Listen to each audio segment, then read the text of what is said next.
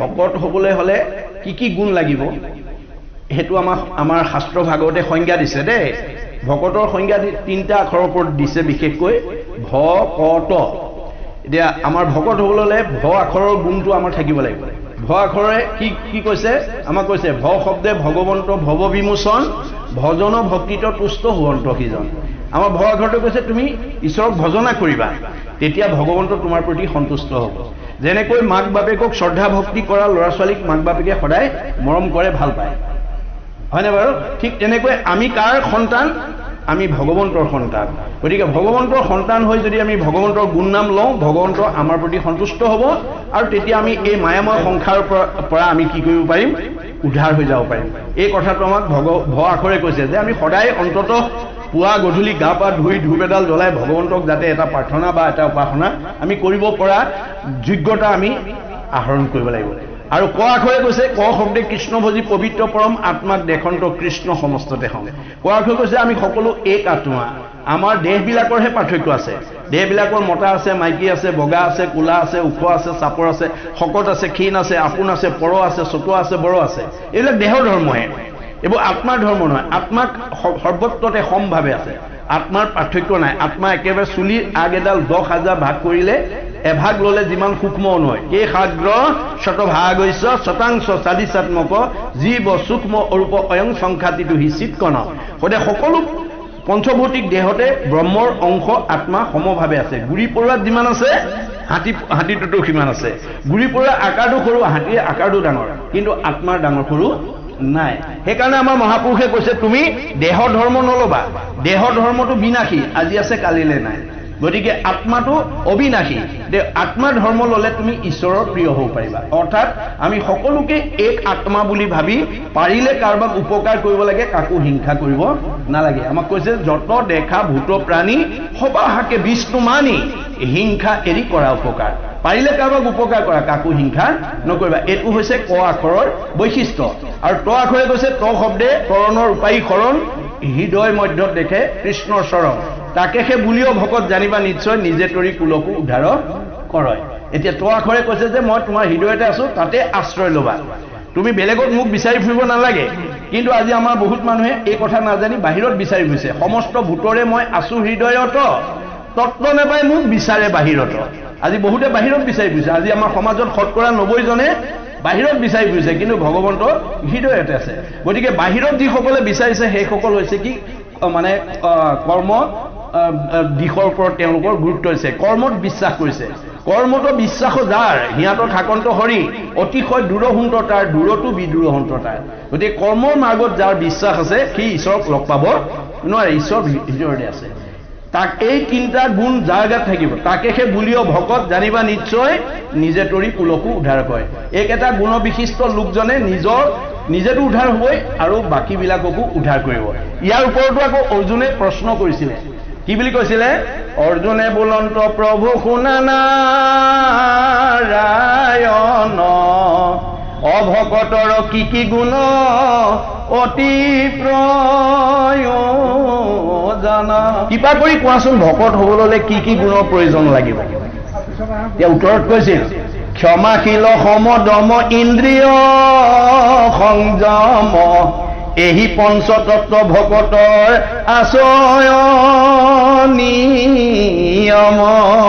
এই তত্ত্ব 5টা তত্ত্ব ক্ষমাশীল সমদম ইন্দ্ৰিয় সংযম এই গুণকেইটা আমাৰ ভকতৰ থাকিব লাগিব পঞ্চতত্ত্ব যিজনে কৰিব প্ৰকাশ সেহিহে জানিব ধৰ্ম নামত বিশ্বাস এই পঞ্চতত্ত্ব গুণ বিশিষ্টজন লৰাই হওক বা ছোৱালীয়ে হওক ডেকাই হওক বা বুঢ়াই হওক বোৱাৰীয়ে হওক বা জীয়াৰীয়ে হওক বাল্যই হওক বা বৃদ্ধই হওক এই 5টা তত্ত্ব গুণ যাৰ গাত থাকিব সেইজনেই ভকত বুলি কৈছে সেইজনে ভকতে গতিকে এই পঞ্চতত্ত্ব যিজনে কৰিব প্ৰকাশ সেহিহে জানিব ধৰ্ম নামতো বিশ্বাস ধৰ্ম কি বস্তু তেওঁহে বুজি পাব নামৰ মহিমা কি তেওঁহে বুজি পাব আনে বুজি নাপায় গতিকে সেইকাৰণে কৈছে নেৰিবেক ধনে ধানে মানে আশপতি নাপাইবে উদ্ধাৰ সখী যাইবে অধুগতি সমাজত যদি অকল মান সন্মান ধন টকা পইচা সুখ ভোগ যিজনে বিচাৰি ফুৰে সেইজন কেতিয়াও উদ্ধাৰ হ'ব নোৱাৰে হে তেওঁ তললৈ যাব কাৰণ যিজনে কামনাৰ বলি হৈ যায় কামনাৰ বলি হৈ যোৱা জীৱ কেতিয়াও সুখী হ'ব নোৱাৰে আমাৰ বেদত কৈছে ধায়তে বিশ্বয়ন পুঞ্চ সংগস্তেসু প্ৰজায়তে সংগাত সংজায়তে কাম কামাত ক্ৰোধ বিজায়তে ক্ৰোধাত ভবতি সন্মোহ সন্মোহাত স্মৃতি বিভ্ৰম স্মৃতি ভংসাত বুদ্ধিনাশং বুদ্ধিনাশাত প্ৰণশ্যতি আপুনি যেতিয়া আপোনাৰ মনটো যেতিয়া বাসনাৰ বলি হৈ যাব বাসনাত যেতিয়া বাধা আহিব খং উঠিলে মোহগ্ৰস্ত হ'ব মোহগ্ৰস্ত হ'লে স্মৃতি নষ্ট হ'ব স্মৃতি নষ্ট হ'লে বুদ্ধি নষ্ট হ'ব বুদ্ধি নষ্ট হ'লে পথ বাচিব নোৱাৰি আকৌ 84 নৰকত যাব লাগিব অৰ্থাৎ দুখ বেদনাৰ মাজলৈ তেওঁ নিজে নিজে গুচি যাব তাৰ কাৰণে আমি ঈশ্বৰ দুখী লাভ নাই ভগৱানে সকলো কথা আমাৰ শাস্ত্ৰত দেখুৱাই থৈ গৈছে আমি মাত্ৰ তাক শুনি উপলব্ধি কৰি বেয়াবিলাক এৰি ভালবিলাক ল'ব পাৰিলে আমাৰ জীৱন সাৰ্থক হ'ব গতিকে এইকেইটা হৈছে ভকতৰ মানে বৈশিষ্ট্য আৰু ভকতে কি কৰে আপোনাৰ নকৰিব প্ৰাণী হিংসা মনে একোজন সদায় চিন্তিব মাত্ৰ কৃষ্ণৰ চৰণ ভকতে প্ৰাণী হিংসা নকৰে আৰু সদায় ঈশ্বৰ চিন্তা কৰে বিঠা বাক্য নুবুলিব নামাতিব মিছা কৃষ্ণ কথা শুনিবলৈ কৰিবেক ইচ্ছা ভকতে কেতিয়াও মিছা বেচা কথাৰ লগত সংগতি নাৰাখে আৰু সদায় ঈশ্বৰৰ কথা এটা কেনেকৈ শুনিব পাওঁ তাৰ প্ৰতি সদায় অনুধাৱিত হৈ থাকে এই গুণ বিশিষ্ট যিজন হৈছে সেইজন সংস্কাৰী জীৱ সেইজন পুণ্যৱান জীৱ আৰু সেই তেনে এটা জীৱ ভগৱন্তই ন্যূনতম এজন হ'লেও প্ৰত্যেকখন ঘৰতে ৰাখিছে প্ৰত্যেকখন সমাজতে 4জন ভকত ৰাখিছে যদি ঘৰখনত এজনো ভকত নহয় ঘৰ গুচি বাহতল হ'ব দেই কিন্তু আমাৰ লক্ষ্য আৰু উদ্দেশ্য হ'ব লাগে যে আমাৰ প্ৰত্যেকজনকে কেনেকৈ মই ভকত কৰোঁ কেনেকৈ সাধু মহন্ত কৰোঁ এতিয়া সাধু এতিয়া এইকেইটা হৈছে ভকতৰ বৈশিষ্ট্য আৰু সাধুৰ বৈশিষ্ট্য মই ইতিমধ্যে কৈছোঁ যে মূৰ শুনিল মল কথা কহন্ত শুনন্ত সাধুৱে কি কৰে তেওঁ শুনিবৰ কথা ভগৱন্তৰ গুণ নাম য'তেই বিকাশ কৰে ত'তেই পাপ বিনাশ হৈ যায় হৰি নাম হুতাসন পাপ সুখান বন খনেকতে দহি কৰে চন ভগৱন্তৰ নামৰ মহিমা কি জুয়ে যেনেকৈ শুকান বনত লাগিলে তৎক্ষণাত পুৰি দিয়ে আপুনি য'তেই ভগৱন্তৰ কথা ক'ব ত'তেই পাপবিলাক দহন হৈ যাব গতিকে এই ভগৱন্তৰ কথা কোৱাৰ মানে আমাৰ কি থাকিব লাগিব গুণ বিশিষ্ট হ'ব লাগিব গতিকে আমাৰ ভকতে কি কৰে গতিকে সদায় য'তেই যায় ত'তেই ঈশ্বৰ কৃষ্ণৰ কথা কয় মহাপুৰুষে আমাক আহ্বান জনাইছে নকৰিও জন্ম বিধা শুনা ইটো কৃষ্ণ কথা ফুৰা ৰাম নাম গলে বান্ধি ঐত আয়ু পাত ভৈলে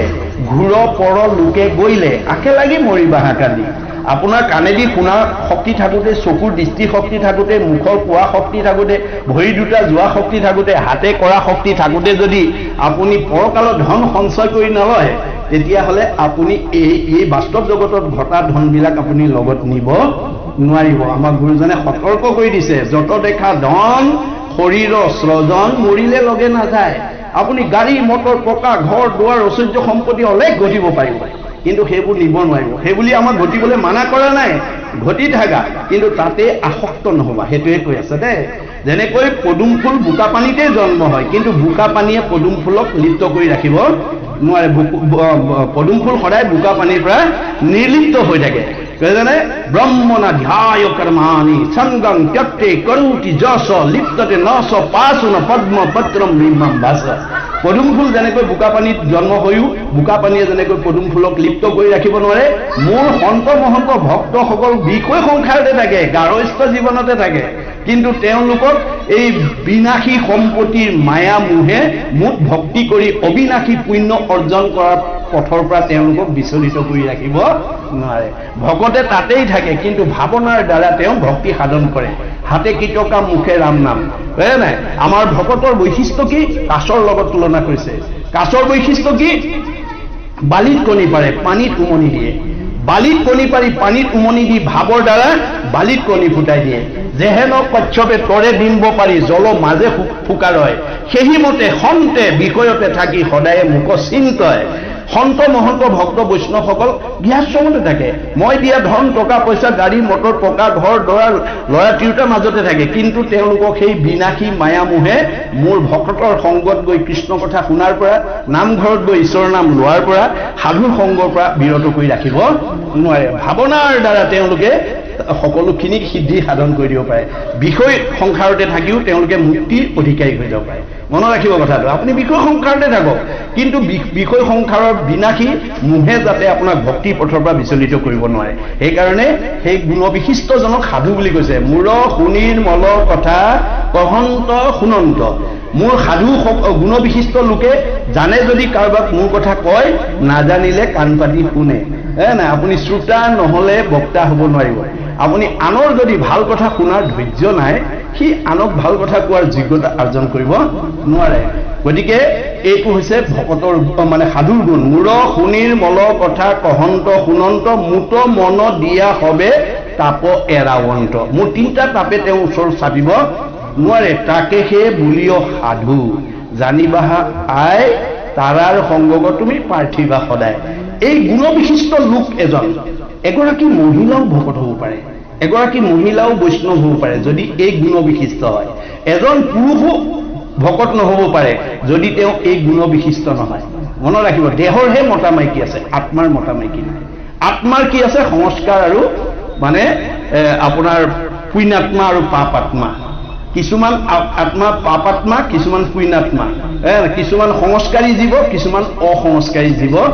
যেনে তেনে নম্বৰ পাই পেলাই মানুহৰ জন্মলৈ আহিছে দেই আমাৰ এতিয়া মানে পৰীক্ষকে 100 ভিতৰত আগৰ কিছুমান নিয়ম বান্ধি থোৱা আছিলে 100 ভিতৰত 30 পালে যিকোনো প্ৰকাৰে যদি 30 পায় তাক পাছ বুলি কৈ দিয়া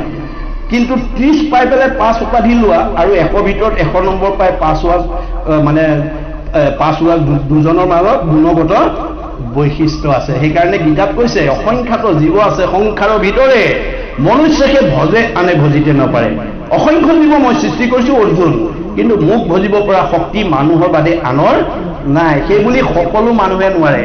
মনুষ্য সহস্ৰ মধ্যে পুণ্য আছে যাৰ সেহিহে ভজিব যত্ন কৰি আমাৰ গতিকে মানুহ নামৰ উপাধি লোৱাৰ পিছত যাৰ পুণ্য নম্বৰটো বেছি আছে তাক একোৱে বাধা দি ৰাখিব নোৱাৰে মুঠ ভক্তি কৰা পথৰ পৰা তেওঁ কোনো গুণে বাধা দি ৰাখিব নোৱাৰে তেওঁ সকলো ফালি যাব কেনেকৈ বৰ্জৰ গোপী সকলৰ দৰে হয় নাই যেনে বংশী ধ্বনি শুনাৰ লগে লগে কটু গোপী যাই গাই দুহনক এৰি আশাতে থাকিল দুগ্ধ চৰু সৈতে পৰি কৃষ্ণৰ বংশী ধ্বনি শুনাৰ লগে লগে কিছুমানে দৌৰ মাৰিলে তাতে গাখীৰ পগুৱাতে থাকি গ'ল